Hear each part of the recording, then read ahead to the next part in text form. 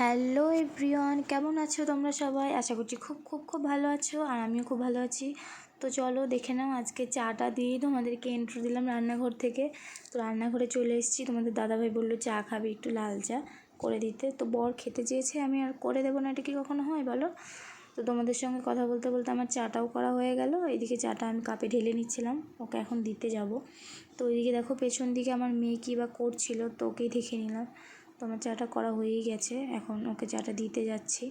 তো চলো দেখতে থাকো, চাটা ওকে গিয়ে দিয়ে আসি। তো তারপর আবার এইদিকে রান্নাঘরে আমাকে ডাকছিল, বলে সন্ধ্যের কি টিফিন নিয়ে এসছে দাও। তো সেটাই বলছিল সবাইকে টিফিনটা দিয়ে দিতে। তো এখানে দেখো কত কিছু খাবার দাবার নিয়ে এসছে, তো এটাই এখন সবাইকে দিয়ে দেবো। তো সবাইকে দেওয়া হয়েও গেল, এখন আমি নিজের জন্যও নিয়ে নিয়েছি। এখন ঘরে বসে টিফিনগুলো খাবো, আর এদিকে টিভি দেখছিলাম বসে বসে। আমার শ্বশুর মশাই আর শাশুড়ি মা দেখো বসে বসে টিভি দেখছে আর খাচ্ছিল। তো খাবার দাবার শেষ করে এখন রান্না করে যাব। ওই মাংস আনতে গেছে তোমাদের দাদাভাই, সেটাই রান্না হবে, যার জন্য এই সব কিছু রেডি করতে যাচ্ছিলাম।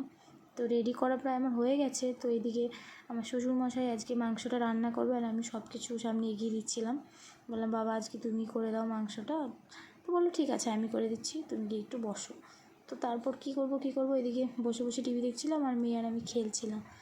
তো খেলতে খেলতে একটু পরে রান্নাঘরে গিয়ে দেখি মাংসটা প্রায় হয়েই এসছে। আমি গিয়ে একটু খুন্তি নেড়ে নিচ্ছিলাম। তো এখন মাংসটা আরেকটু হলেই তারপর নামিয়ে নেব। তো চলো আজকে এই পর্যন্তই, আমরা মাংস দিয়ে খেতে থাকি। তোমরা কে কে খাবে চলে আসো।